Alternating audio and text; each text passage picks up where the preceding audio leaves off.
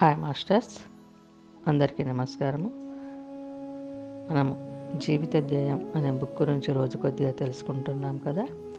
ఈరోజు మరికొద్దిగా తెలుసుకుందాం. ముందుగా బ్రహ్మర్షి పితామహ దంపతులకు నమస్సుమాంజలుడు.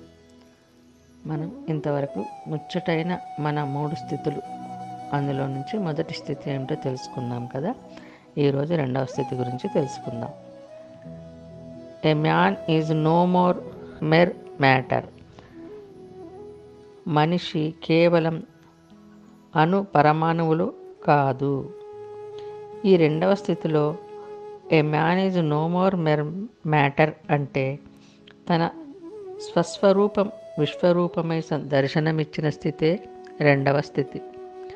రకరకాల భయాలతో, అనుమానాలతో ఇంతకాలం జీవితాన్ని కొనసాగిస్తూ వచ్చిన నేను అసలు కేవలం మానవుడినే కాదని, దివ్య చైతన్యపు శకలానని, స్వయాన తానే భగవంతుడుననే సత్యం ఎరుకలోకి వచ్చిన సంభ్రమాల స్థితి ఇది.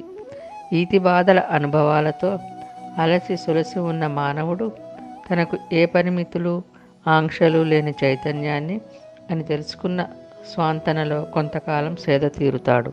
అపరిమితత్వం, అనంతత్వం మాత్రమే సత్యాలుగా గోచరించే ఈ స్థితికి వెలుగు, చీకటి కానీ నిర్మలమైన కాంతి రాజు అయితే నిశ్చలత్వం మంత్రిగా ఉంటుంది.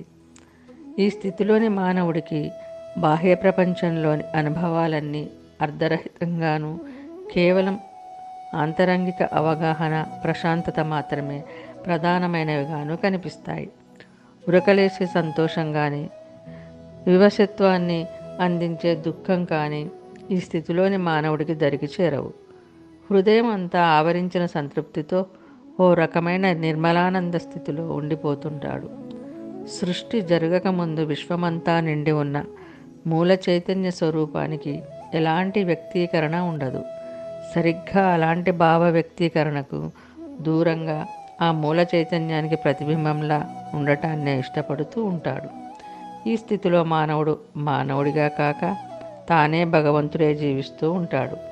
ఇలా కొంతకాలం భగవత్ చైతన్య స్థితిలో కొనసాగిన తరువాత ఆ స్వాంతనలో మొదటి స్థితిలోని భేదాన్ని, భారాన్ని అధిగమించి శక్తివంతుడవుతాడు. తగినంత శక్తిని పొందిన తర్వాత భగవంతుడినైనా తాను అసలు మానవుడిగా జీవించుదామని ఎందుకు సంకల్పించుకున్నాడో స్మరణకు వస్తుంది. ఇక ఆ కార్యసాధనకు సన్నద్ధుడై 3వ స్థితిలోకి ప్రవేశిస్తాడు. ఓకే మాస్టర్స్, ఈరోజు ఇంతటితో ముగిద్దాం. తిరిగి రేపు 3వ స్థితి గురించి తెలుసుకుందాం. అందరికీ ధన్యవాదాలు. బ్రహ్మర్షి పితామహకు నమస్కారములు. మనమందరము ధ్యానము, స్వాధ్యాయము, సజ్జన సాంగత్యము, శాకాహారము పాటిద్దాం, స్ప్రెడ్ చేద్దాం.